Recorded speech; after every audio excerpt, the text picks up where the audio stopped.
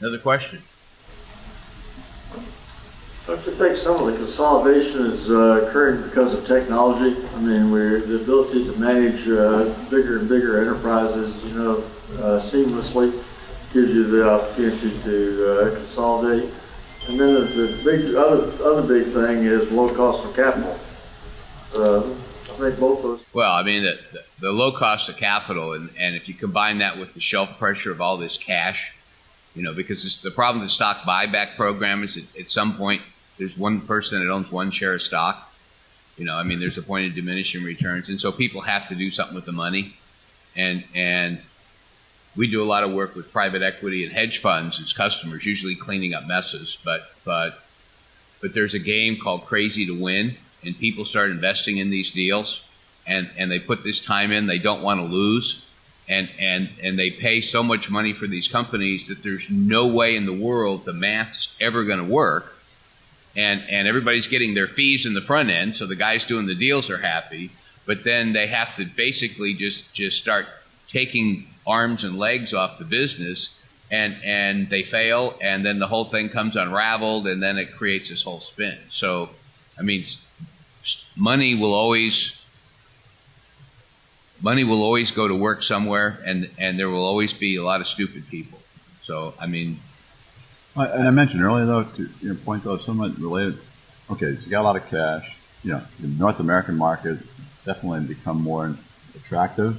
But it's always been attractive for one basic reason. You can't go any place in the world and find a market that's as large and homogeneous as the United States. You can do one transaction, one language, okay? You've got a compliance culture. Your risk is low. It's an extraordinarily attractive to any large global manufacturer. There's no secret why. I tell you what, go do a deal in China or Southeast Asia or Eastern Europe, and find the leadership, get over the language barrier and so forth. So, North America has a huge advantage that we take for granted in the homogeneity of the market, but it also makes it just this huge magnet for capital, and throw in low cost of capital, excess cash. It's like it's a bit of a feeding frenzy, and I think that's why you've seen some companies that have come over here, and the other thing. Even in the recession, right? The distribution-based product business is a nice, even cash flow stream as compared to big project businesses and so forth. So you're probably gonna see more and more people saying, "Hey, you know what? I'm not going to get 15% growth, but this 5 to 7% annual growth. If I grow ahead of the GDP rate." And I can predict those earnings, and I'm going to have some light perturbations. That's the other thing that makes North American distribution product type businesses extremely attractive to manufacturers. You are right on the money. And because the fastest way to get in trouble with a public company is not be predictable. You can be unprofitable, but if you're predictable, you can get away with a lot of things. But think about what happens in the stock market with lack of predictability. That's why I always hear about they miss the earnings and so forth. It's always it's the predictability before profitability in most cases, and the combination of the two. So you're part of what is perceived as a stable, predictable business. So. And but just as a contrast, my son is in the video gaming business, for all the young kids. And the company he's with will spend $40 million developing a game.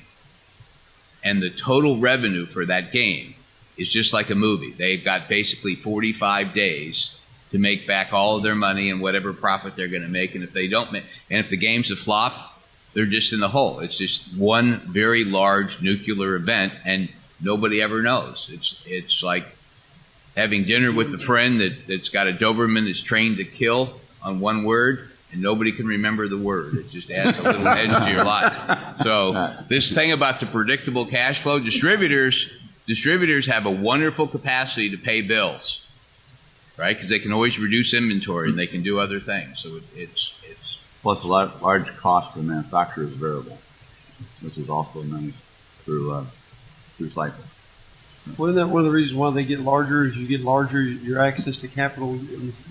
If you're small or medium size, once you get bigger to a certain size, suddenly you have a lot more opportunities for capital. Yeah, no, I mean, I think all those things. And again, having that predictability of the cash stream even makes more leverage available to you because, again, the banks, because of all the regulations now, again, everybody wants predictability. I mean, that's... But Bill's right. I mean, technology has allowed people to run larger companies with fewer people. There's much better productivity today, and that's certainly adding to it. Yeah. Yeah, there's much more capability. I mean, I've seen a lot of small companies that have people spread out all over the place, and they're doing all their work on Apple FaceTime, and it's just different. So, another question. I don't think there's any right answers, and I think you started out saying that. Yeah. I don't think there's any right answers, or there's anything that we can tell you that's going to change what's going on. And it's just a matter of how do you deal with it, and how do you deal with it whether you're a manufacturer or how do you deal with it if you're a distributor. Well, one thing, just from a very practical point of view, one of these events goes down, and let's assume, as Bob Eisenbrown said, that because of the SEC, they had the quiet, nobody knows anything, so the deal goes down, small group of people in the company know about it, it's announced. You got the organizations and the manufacturer that are trying to figure out and do all that communication, right? And what do we do? And it goes back to Billy, let's go ask and learn before we do something. What would be best practices for a distributor? So all of a sudden you hear about this in a blurb that comes out of the TED magazine or one of the NAED newsletters, and all of a sudden you hear so-and-so bought such and such. What should a distributor do in like the first 10 days? I mean, in terms of the preparation. I mean, one thing I've picked up is this whole thing that Bob talked about I need to go back and listen to investor conferences. Mm-hmm. But what are the other things that if you think about best practices, and it's, again, how you react to it, but what would be the kinds of things that a good distributor would do? My opinion would be to keep your mouth shut and to listen. Well, I mean, you start popping off and, oh, gosh, I can't even, you start all this rumor mill. I think the best thing to do would be to shut up and listen and talk, and let the manufacturer tell you what's going on and try to find out what the facts are, because otherwise, we got a great rumor mill. We start. Well, boy, you got that right. And so I think the best thing to do is shut up and listen and find out what try to find out the facts are, and then you can make your decision. So let's say listen more, just like we tell the manufacturer. But I think same thing for distributors. Instead of going out and making a lot of rumor mill talking and getting all excited about it, relax, listen, gather the information, and then start looking. Yeah, I think you need to strategize a little bit. First of all, say, what impact could this have on me? What's the worst thing that could happen? Okay, and how do I scenario thing. Yeah, and how do I? What's the worst that could happen? And can I live with that? Can we live with that? And how would we change it? And then just work it up from there and say, okay, now this could be wonderful for us. And then try to get the information from as high a level you can from within the those two manufacturers to find out what the real strategy is and what they're trying to accomplish. Once again, it's that communication. The way most of these go is the manufacturers get on the phone. They'll give it to a handful of executives and they'll start dialing for dollars. And they'll dial and in their mind they're hoping they're going to get your voicemail because they can say, I called you and I let you know. Okay, and so I've given you the message. We always time that so it's between 12 to 1 in your local time zone. Exactly. And I let you know, so you can't blame me for not letting you know what's going on. You were the first call, and didn't talk to you, but you were the first call, and you're still in the dark. But I think you can't panic. You have to listen, figure out what your strategy would be with or without them, and then put a plan together, and then listen to them and say, does this fit my plan or not fit my plan? Well, and I think your earlier point, though, too, is strategizing. But I'd take the immediate step of go back and do an objective evaluation of what your performance is a part of that strategy. Yeah. With that vendor. But say a bit more about objective, because I think that's really important. Yeah, and actually the best way to do it is put yourself in the manufacturer's shoes and make sure you understand how they perceive your current performance. Mm-hmm. Right? Because what's going to happen is I start to think about rationalization. going to be a lot of opinions that start to get thrown around. There's going to be a lot of different agendas, particularly if it's two manufacturers that both have footprint in the market. And is your relationship based on relationship, or is it based on performance? You know, because and again, it's just always good to have a good, as objective view of, you know, how, if you were the manufacturer, you know, I use someone that basically, when they start talking about who the players are you going to kind of rise to the top? It basically says you got to keep performing. So, and it gets, unfortunately, I've watched it to be more subjective than it is objective sometimes, and that's where some of these companies get in trouble. So. Well, but there's two things I can add to that, because you're right, it does get very subjective or data free. Yeah. Don't want to confuse anybody with the facts. You know what I'm saying? Yeah, he did me wrong 5 years ago. He's going to pay now. But the point that Bob Reynolds brought up about going through doing some of those scenarios about what's the worst and look at the various things. The distributor has the ability to inject some facts and insight into that discussion if the manufacturer is really listening. So they need to be prepared and coherent and have data instead of just a sales pitch. So, I mean, there's an extent to do that. One of the other things that came out of the research we did, and we're consultants, so we had to make things up, right? I mean, don't try this at home. But manufacturers fundamentally look at distributors as winners, potentials, and losers. And if you just think about from a manufacturer's point of view, if you're a distributor and look at a bell curve, right, in terms of who's the winners, which is small, the potentials, and then the losers, and I'm not going to fire the losers because I never get the market share back. But if you're a distributor and one of your suppliers is acquired by somebody else, and those two folks, you really need to know how they perceive you. Are you a winner, potential, and loser? And like Bob said, it's got to be objective, because if you're on the loser side, you've got a whole different hand to play than if you don't. And most people are unwilling to look at that. So, sorry, I didn't mean to be so enthusiastic. Other comments, questions? Yes, sir. A lot of the acquisitions have been from Europe. Can you talk a little bit about whether we're going to see that change our marketplace to try and bring the European models over into the United States? If you listened on yesterday morning, if you were in Europe, wouldn't you want to invest someplace else?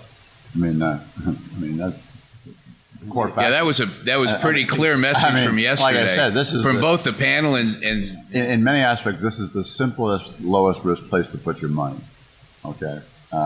Obviously, you got to go into Asia, you got to go into Latin America, but given a choice, yeah. So I think you're going to, whether it be European or whether it be Asian companies, a lot of the Asian companies have hesitated they don't have as much empathy for channels as the Europeans do, I think. So that's very understated. I'm trying to be politically correct. I'm getting promoted. You know. It's good. But I think we're going to see a lot of it. But the thing that's kind of interesting is that there are very different distribution models as you go around the planet. And if you think about the generic strategies, right, I'm going to have a product leadership, I'm going to have a cost leadership, or I'm going to have a customer intimacy. Distribution in the States, if you think about B2B, is very much a customer intimacy strategy business. Relationship here is an economic term. I mean, there's an economic value to that. And if you look at a lot of the businesses, at least in Western Europe, you know, a lot of it's much more around the logistics and packaging and the rest of it. And so the customer intimacy channels in Europe are very small compared to the large volume. So a lot of times when people, and this is wonderful for consultants, so that's how you make a lot of money as a consultant, because everybody tries to recreate, you know, I'm German, so I'm going to make this Germany, or I'm American, so I'm going to make that American, or and so everybody tries to export their own sort of view, and they don't listen, and fortunately the market will not let them be successful, and they'll hurt themselves, and they'll do silly, stupid things until they start to figure out there's different models. But because of this globalization, communication, I think part of the technology, a lot of people are getting very interested in this. The Chinese government is an example as far as their state-owned enterprises and how do you keep people out of the cities, are getting very interested in wholesale distribution as a means to improve economic efficiency and keep people out of the cities. So And that happened in Eastern Europe when the breakup of the Soviet Union, and that was a lot of our State Department took U.S.-style distribution, and it's got a much better footing in Eastern Europe. So, I mean, all this is changing, but people are becoming more aware of the differences, but they'll still try to replicate their own country. I think there's another thing that's driving it, though, and that's people do consolidate because they're following their customers. They're trying to figure out how do I get into the United States because my customer base is now in the United States. Just look at the automotive industry and how many foreign automotive manufacturers are manufacturing in this country. I mean, we still manufacture probably more cars than we've ever manufactured in this country. We just don't manufacture them in the place where we used to manufacture them. It's down in the South today. And so if you're The Canadian guys are laughing; they're loving this. Yeah. But really, if you look at it, and they're following, they have to. They're going to where the decision makers are. They're going to in the U.S. Manufacturers are going over to Europe so they can get specified. In Europe, the manufacturers are coming here so they can make sure their product is staying within those plants. And I think you're going to see more and more of that as other manufacturers move into this country, and the suppliers will follow them. And once again, as Bob said, it's a pretty safe investment. And what's interesting for me is, over the last 30 years, 30 years in Europe, you went in a very technocratic buying process, particularly in the larger, more technical, whereas U.S. was much more relationship-based and so forth. Well, you go to Europe today, the world has gotten much more similar. Not identically yet, but in Europe, a lot more focus on relationship solutions and not just technology. But I have a funny story. I was talking to a very large electrical manufacturer in Europe, actually for a job opportunity back in the late 80s. And I was really worried about, they kept saying they were really trying to change it, and they want to really act like an American company. So I'm in a discussion with them, and it's the final dinner, and talking to this guy.